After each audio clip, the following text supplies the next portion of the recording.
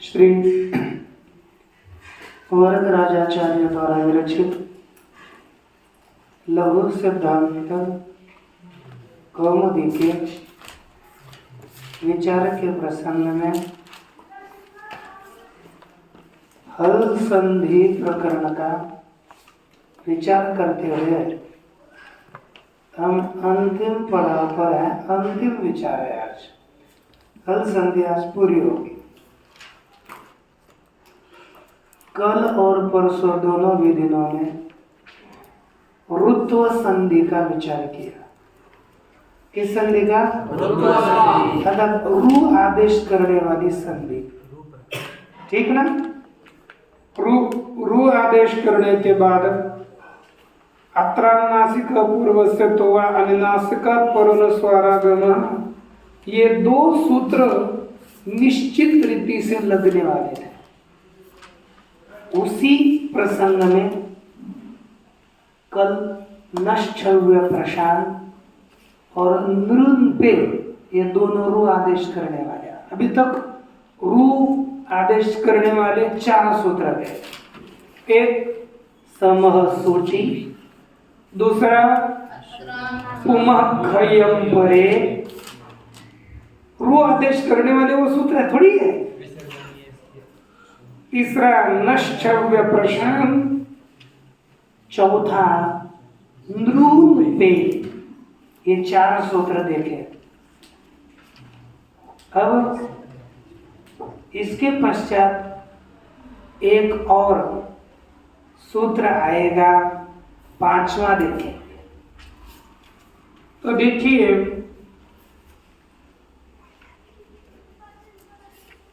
एक पहला संज्ञा सूत्र है। कौन सा है? संज्ञा सूत्र। तो बोलिए संज्ञा सूत्र। तस्य परमाम्रेडितम्, तस्य परमाम्रेडितम्, तस्य परमाम्रेडितम्, तस्य परमाम्रेडितम्, तस्य परमाम्रेडितम्, तस्य परमाम्रेडितम्, तस्य परमाम्रेडितम्,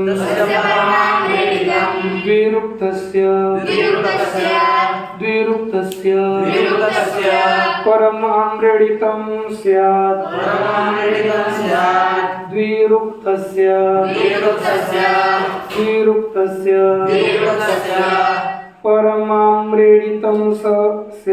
परमाम्रेडितं स्यात्, परमाम्रेडितं स्यात्। ऐसा लिखा है ना? ये वृत्ति है। द्विरुक्तस्य, ये मुख्य शब्द है, ध्यान में रखना है। द्विरुक्तस्य अर्थात 2 बार बताए हुए, 2 बार बताए हुए में आगे का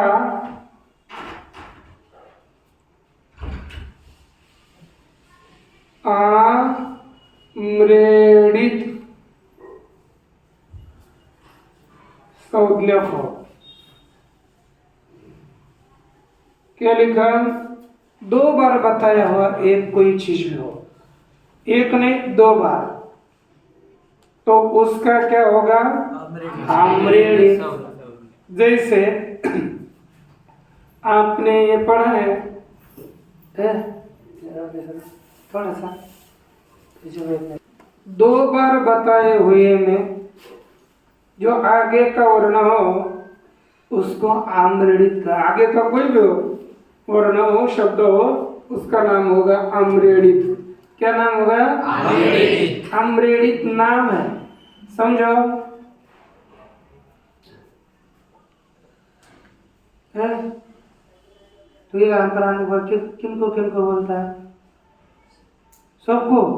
कहाँ आदमी है? तो उसके लिए मैंने पूछा यहाँ आने के बाद किसको किसको बोलता है? जैसे उसके लिए क्या रूप आएगा? कान कान। क्या आएगा? कान कान। किसको किसको? किनको किनको? तो डबल लिखा कि नहीं? कान कान। मैं स्पष्ट नहीं कर रहा हूँ, मैं समझा रहा हूँ। क्या लिखा? कान कान। ये किम सर्वनाम है, कहने किम सर्वनाम है, उसके द्वितीय का बहुवचन है कान, है ना? किम सर्वनाम के पुल्लिंग द्वितीय का बहुवचन है कान। तो क्या रूप बनता है? कान कान। क्या बना? कान कान।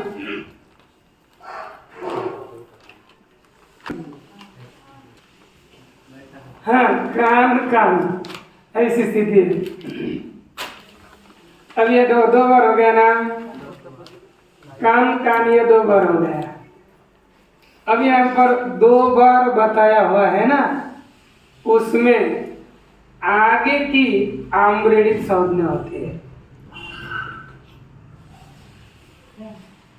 कान डबल है ना, 2 बार बताया हुआ, तो आगे की क्या संज्ञा होगी?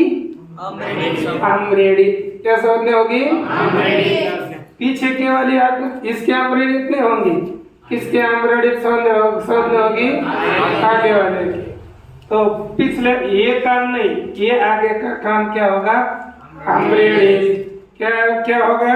आम्रेडित। कितना समझ में आया ना? कहीं पर भी डबल उच्चारण एक शब्द का किया तो दूसरे वाले शब्द को आम्रेडित कहेंगे। समझ में आ गया? ये आप बोलोगे आम्रेडित का क्या काम, तो नीचे आएगा, काम तो बताएंगे, लेकिन इसका नाम हो गया आम्रेडित, क्योंकि पाणिनि जी का सब विलक्षण है। इनकी नदी विलक्षण है, इनका घी भी विलक्षण है, सब कुछ विलक्षण है। अपना कोई नहीं, आप समझ लो इसका घी क्या है, किसका घू क्या है, इसका आम्रेडित क्या है, किनको क्या बताना है वो जानते हैं, हमको उनके हिसाब से चलना है ना। आप बोलोगे इसका कैसा नाम घी हो गया, हमारे में तो गाय का होता है उसको घी कहते हैं, आपका घी आपके जगह, ये पाणिनि का घी है ना। तो यहाँ पर आम्रेडित भी ये पाणिनि जी की है। इसकी पाणिनि जी ने दूसरे शब्द का नाम दिया आम्रेडित। क्या नाम किया? आम्रेडित। तो आम्रेडित का काम क्या है? तो आगे का सूत्र आ गया, कानाम्रेडिते कानाम्रेडिते कानाम्रेडिते कानाम्रेडिते कानाम्रेडिते कानाम्रेडिते कान्नकारस्य कान्नकारस्य कान्नकारस्य रुस्यादाम्रेडिते रुस्यादाम्रेडिते रुस्यादाम्रेडिते रुस्यादाम्रेडिते। देखिए ये सूत्र है, यहाँ पर ये रू का प्रकरण है, सूत्र का क्रमांक 3-8, 12 है ना, 3 8 8 3 12 8 3 12। तो देखो 8 3 12 ये सूत्र है। तो इसमें ये जो कान है ना, कान, ये लुप्त षष्ठी एक वचन समझ। क्या है? लुप्त षष्ठी का एक वचन दिख नहीं रहा, लेकिन है ही है, क्योंकि लुप्त हो चुकी है षष्ठी। तो बचा कान और आगे का ऑलरेडी से मिला दिया है। लुप्त षष्ठी एक वचन लिखते था। लुप्त षष्ठी का एक वचन आम्रेडित है, सप्तमी का एक वचन।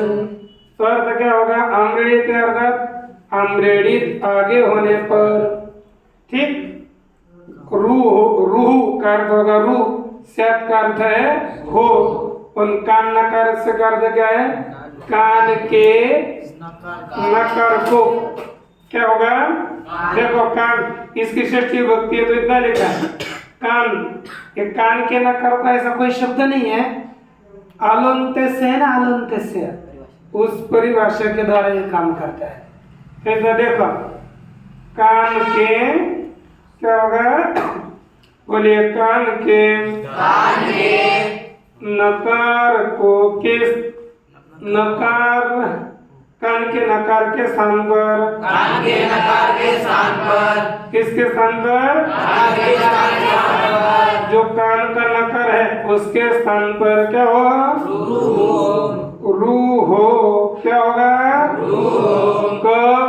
आम्रेडित आगे होने पर, आम्रेडित आगे होने पर, आम्रेडित आगे होने पर, क्या आगे होने पर? आम्रेडित आगे होने पर, कान के नकार के स्थान पर क्या होगा? रू होगा। ठीक, ये हो गया ना आगे का आम्रेडित। उदाहरण देखो, कान कान, ये तो हो गया। तो ये आम्रेडित है ना, आम्रेडित आगे होने पर पिछले वाले नकार के स्थान पर क्या होगा? क्या होगा? क्योंकि देखो ये इसको, ये आम्रेडित, आम्रेडित आगे होगा तो कान के नकार को, इधर नहीं होगा क्योंकि इसके आगे कोई आम्रेडित है ही नहीं। तो आम्रेडित आगे होने पर कान के नकार को क्या होगा? समझ में आता है ना? अच्छा, तो देखो क्या हो गया। और क्या हंसने के क्या आना ही चाहिए, है कि नहीं? आने नहीं तो बैठे कारू कान, क्या बन गया? कारू कान, क्योंकि न को हो गया रू, है ना, और रू, ये रू है ना। उसके बाद कौन सा सूत्र आएगा यहाँ पर? पत्रानुनासिक, पत्रानुनासिक पूर्वस्य तोवा। पिछले पेज पर है ना। ये सूत्र क्या करता है? इस रू के प्रकरण में, अगर जहाँ रू आदेश होता है ना, यहाँ पर रू के प्रकरण में रू से पूर्व जो स्वर है वो विकल्प से अनुनासिक हो। क्या होगा? अनुनासिक। एक बार अनुनासिक होगा तो क्या बनेगा? ये अनुनासिक क्या आर्धा चंद्र और बिंदु होती है ना, उसका क्या, उसको क्या कहते हैं? अनुनासिक। क्या कहते हैं? अनुनासिक। तो बन जाएगा क्या? बन गया ना कारू और ये विकल्प से, ये विकल्प माने एक बार रू होगा, एक बार नहीं होगा। तो दूसरा क्या बनेगा? का थे बिंदा, वो ऊपर के जैसा है कारू। इधर अनुनासिक हुआ, इधर कुछ भी नहीं हुआ, अ के ऊपर। अब कली गया हुआ सूत्र, दूसरा कौन सा आएगा? अनुनासिक करोनु स्वर गम, अनुनासिक करोनु स्वर गम। पिछले पेज पर सूत्र है। ये क्या करता है? अनुनासिक पक्ष को छोड़कर, ये पक्ष को छोड़कर ये दूसरा जो पक्ष है इसमें रू के पीछे जो स्वर है ना उसके आगे क्या दो अनुस्वार, क्या होगा और इधर हो जाएगा अनुस्वार और इधर होगा एक जगह अनुनासिक और एक जगह पर अनुस्वार। अब दोनों जगह पर ये जो स्वर है ना ऊ की ईद संज्ञा होती है। केन सूत्रेण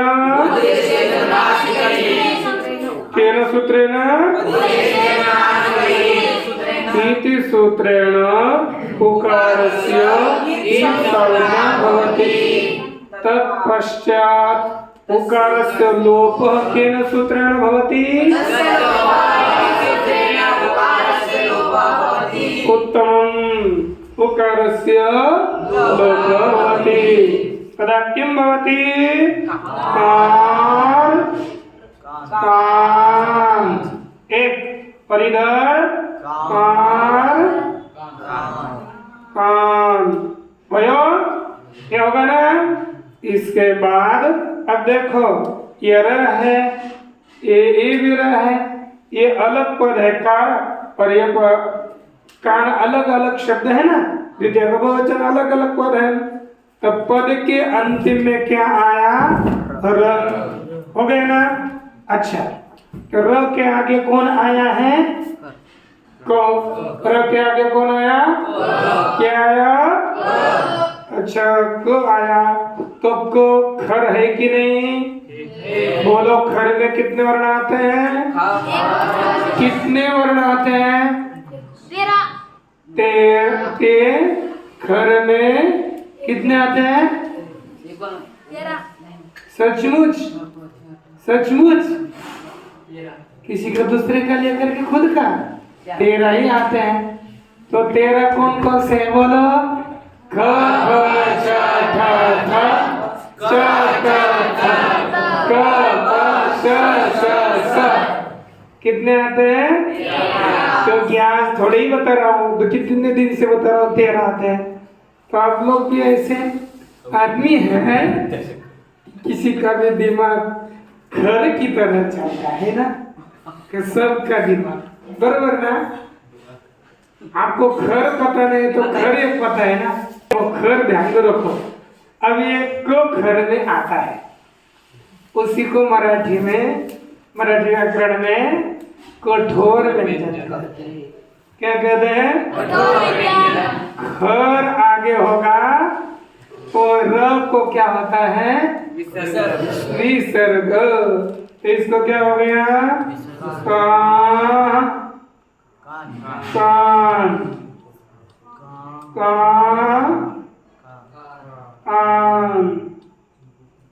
अब यहाँ पर देखो ये आगे कान का रू है ना, तो इस विसर्ग है ना, विसर्ग को स करने के लिए कौन सा सूत्र आएगा? कौन सा? संपुंकानां सो वक्तव्य। ये वार्तिक है वो क्या कहता है? संपुं और कान के विसर्ग को स कहना चाहिए। ये वार्तिक 3 के लिए आता है। कौन सा बोलिए? तो ये किसका विसर्ग है? किसका है? तो उसको क्या होगा? बोलिए स होगा। तो क्या बन जाएगा? कान। आगे क्या है? कान बराबर कान इज इक्वल टू नहीं रे, इधर देखो। और यहाँ पर भी क्या होगा? स कांस। कान जोड़ दो तो क्या बनेगा? कांस कान। ऐसा बन गया कांस कान। बना कि नहीं? ये रूप सिद्ध हुआ। इसके पश्चात सावध हो जा। अब 2 ही सूत्र बाकी है। 2 हो गए। 6 कौन सा सूत्र है? 6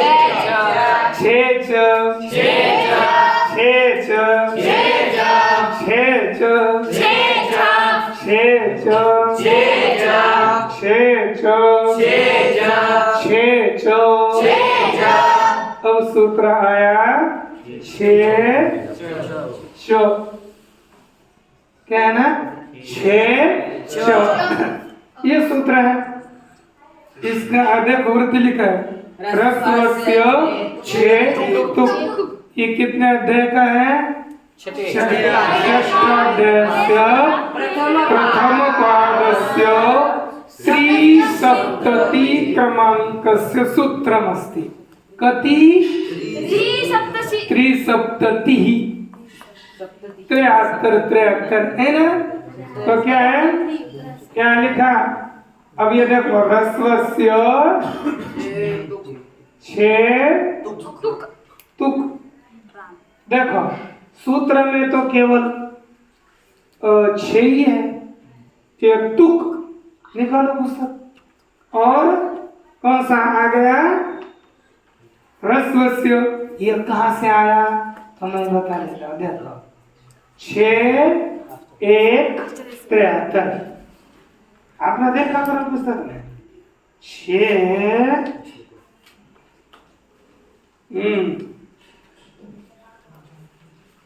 73 देखो लिखा है इसमें 6 चो।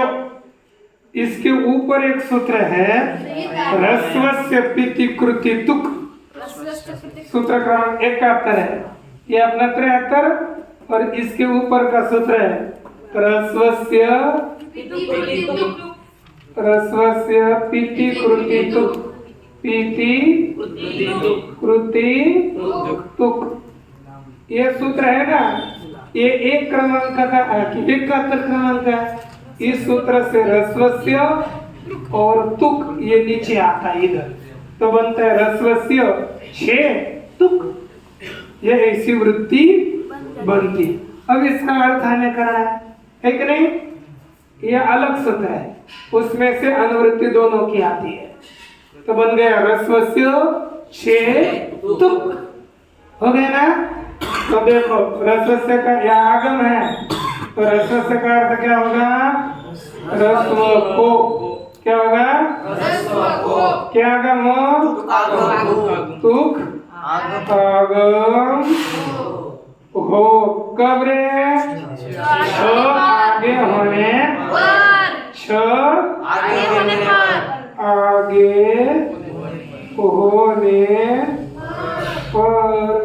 होने पर?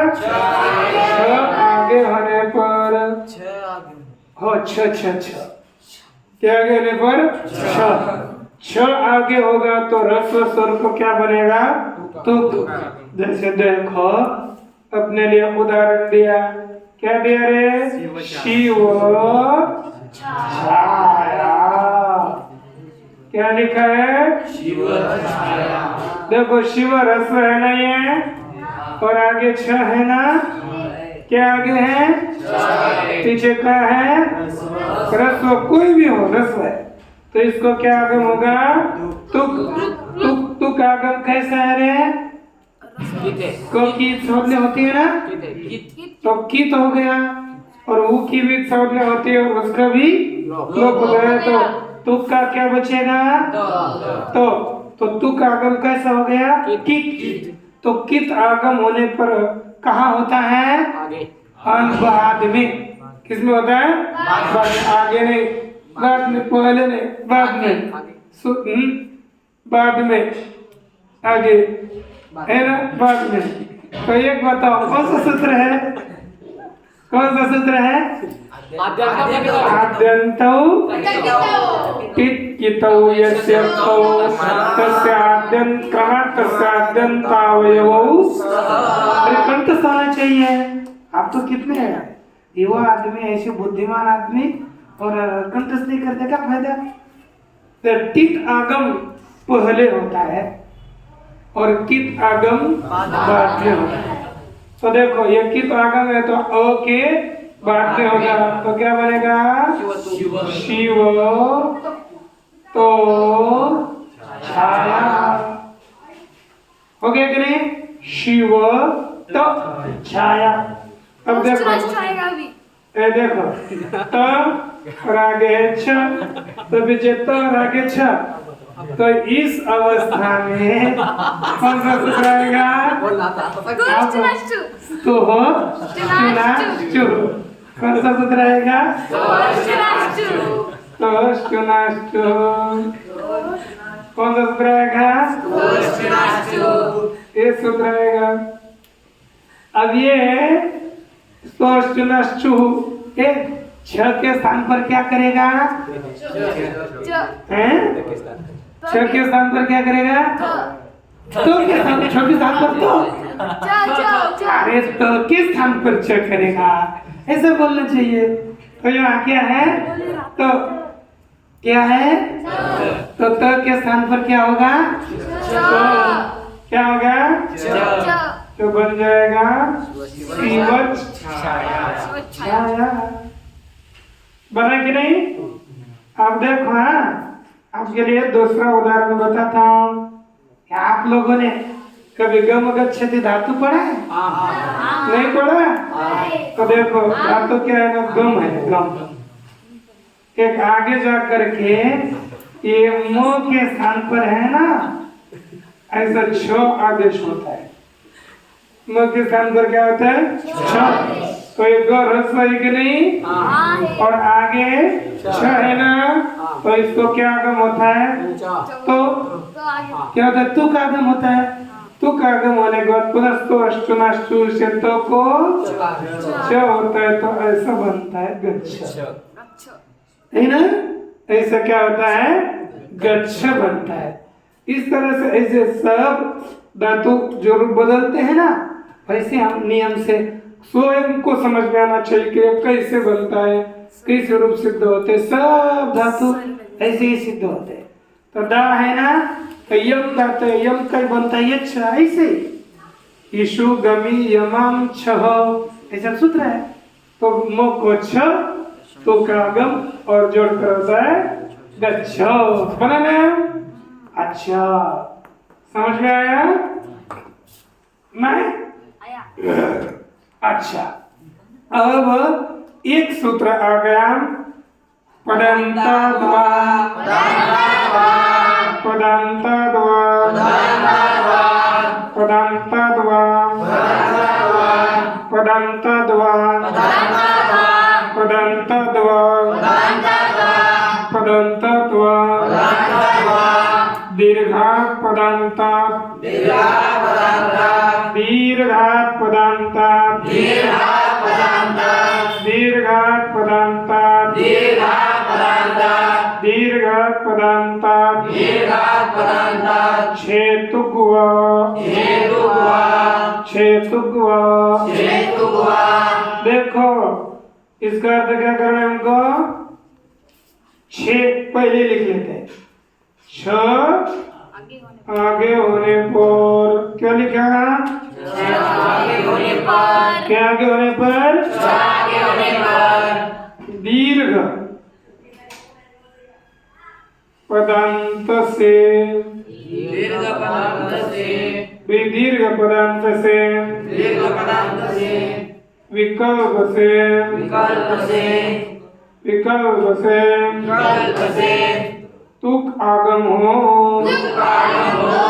क्या आगम होगा? तुक आगम हो। तो देखो एक हमारे पास शब्द है, जहाँ को कोई भी देखो पीछे वाक्य में आप कुछ भी लिखेंगे कभी भी, ये अलग पद है और दीर्घ है और आगे छ है, तो ये नियम लगाना है। जैसे लक्ष्मी अलग और छाया अलग, तो ये क्या हो गया? दीर्घ है ना? कैसा है? कैसा है? तो देखो लक्ष्मी छ आगे है, नहीं है? इधर देखो छ आगे है, छ आगे होने पर दीर्घ है लक्ष्मी, पद के अंतिम दीर्घ है, उसके आगे क्या होगा? विकल्प से, तो तुक का क्या बचता है? तो एक बार लक्ष्मी तो छाया और बाद में दूसरा लक्ष्मी, यहाँ तो कुछ करना नहीं, लक्ष्मी छाया। तो यहाँ पर तो को आगे छ होने के बाद क्या होगा? तो क्या बनेगा? लक्ष्मी छाया। क्या बनेगा? लक्ष्मी छाया। इस तरह से दो रूप हो जाएंगे। ठीक हो गया? इति हल संधि। ऐसे हल दोनों उक भावुक बनाना है हमको। क्या बनाना है? भावुक। ठीक ना? पसंद हुआ? अब यहाँ से हमें कैसी संधि लिखनी है। हम अब एक भी शब्द मराठी में नहीं बोलेंगे। अब संस्कृत में हमें लिखना है। पसंद हो? बहु धन उक इत्यत्र। ध्यान देना है। अब क्या लिखना है? पहले संधि संज्ञा करेंगे। पर सन्निकर्ष संहिता। पर सन्निकर्ष संहिता। देखा? इति इति सूत्रेण गुणं सरलं भविष्यति। इति सूत्रेण संहिता संज्ञा भवति।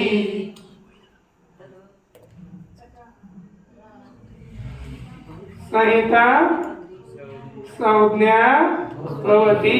ठीक है ना? बहु उक इत्यत्र परः सन्निकर्ष संहिता इति सूत्रेण संहिता संज्ञा भवति।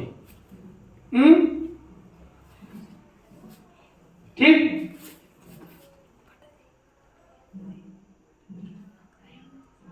बहु इत्यत्र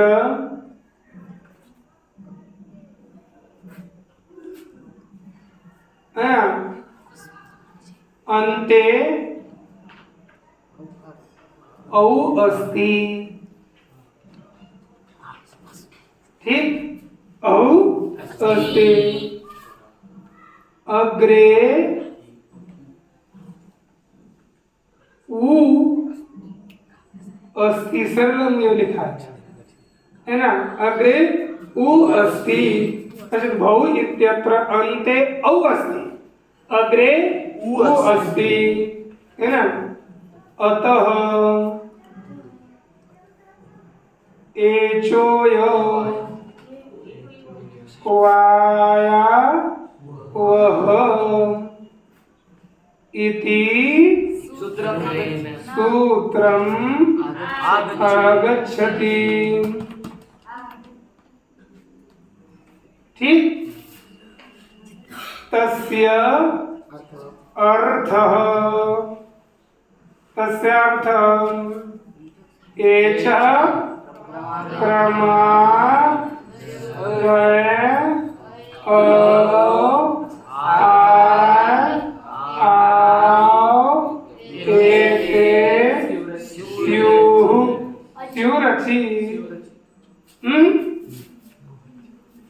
है ना? अच्छी अनेन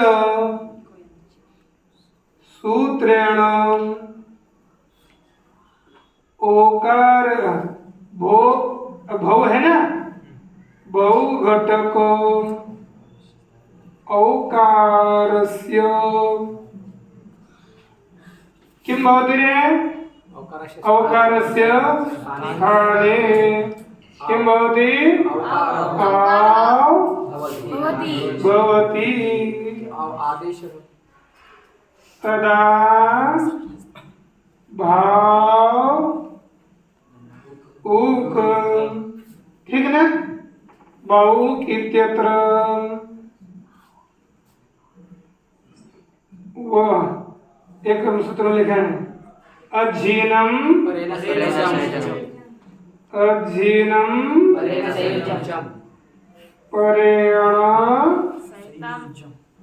संयोज्यते। कि परेण संयोज्यम? परेण संयोज्यम इति वाक्येन। सूत्रास्ति वाक्य अस्ति। इति वाक्येन है ना? वर्ण सम्मेलने कृते भावु को इति स्थिति रूपम सिद्ध्यते सिद्ध्यति। देखो ऐसा लिखना है। बन गया कि नहीं? तो इसका बहु अव्यय तो इतना आपको ऐसा विस्तार से लिखना है। अपने हिसाब से दिमाग लगाते रहो, ठीक? आज इतना ही चलेगा ना? हाँ, देखो ये मैंने लिख कर दिया आपको ऐसे ही।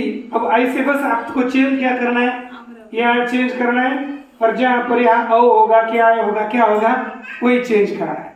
तो ऐसे आपको 2-3 उदाहरण दे देता हूँ, फिर आप एच ओ आय का आपका काम हो जाएगा। कोई भी एच ओ आय का उदाहरण आएगा तो आपको छोड़ने के लिए आ जाएगा, ठीक ना? ओधन इत्र, ठीक ना? दूसरा सबका ये क्या शे अन और 4 गई अंति, ठीक ना? ये 4 सबका एक उदाहरण ओ का औ का एक और ऐ का है ना? ये उदाहरण आपको बोलना है तो बोलिए तब तक रे 20 तक संख्या बोलिए ना।